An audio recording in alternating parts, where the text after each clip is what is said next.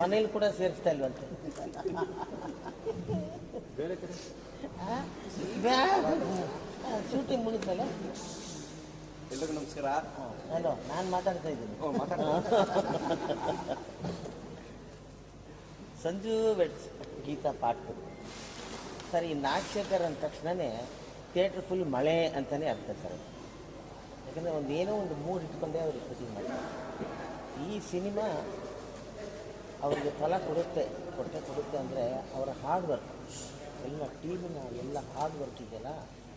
ಎಲ್ಲೆಲ್ಲಿ ಸರ್ ಬರೀ ಸಿಡ್ಲುಗಟ್ಟ ಅಂತ ಹೇಳ್ಬಿಟ್ಟು ಹೋಗ್ಬಿಟ್ರೆ ಅವರು ಕಷ್ಟಪಟ್ಟು ಅವ್ರು ನಾವಲ್ಲಿ ಯಾವುದೋ ಒರಿಜಿನಲ್ ರೇಷ್ಮೆ ಮಾರೋ ಜಾಗ ಇದಾಗ್ತಾರಲ್ಲ, ಆಕ್ಷನ್ ಬಿಡ್ತಾರಲ್ಲ, ಆಕ್ಷನ್ ಹಾಕೋ ಜಾಗಕ್ಕೆ ಕರ್ಕೊಂಡು ಹೋಗ್ಬಿಟ್ಟವ್ರೆ. ಆ ಜನರ ಮಧ್ಯೆ ಅಯ್ಯಪ್ಪ, ಈ ನಮ್ಮ ಹೆಗ್ಡೆಯವ್ರು ಬೇರೆ ಫುಲ್ಲು ವೈಡ್ ಹಾಕ್ಕೊಂಡು ಆ ಜನ ಬಿಡ್ತಾ ಇಲ್ಲ, ಮುಚ್ಕೊತಾ ಇದ್ದಾರೆ. ಆ ರೇಷ್ಮೆ, ಆ ಹುಳ, ನಮ್ಮ ರೇಷ್ಮೆ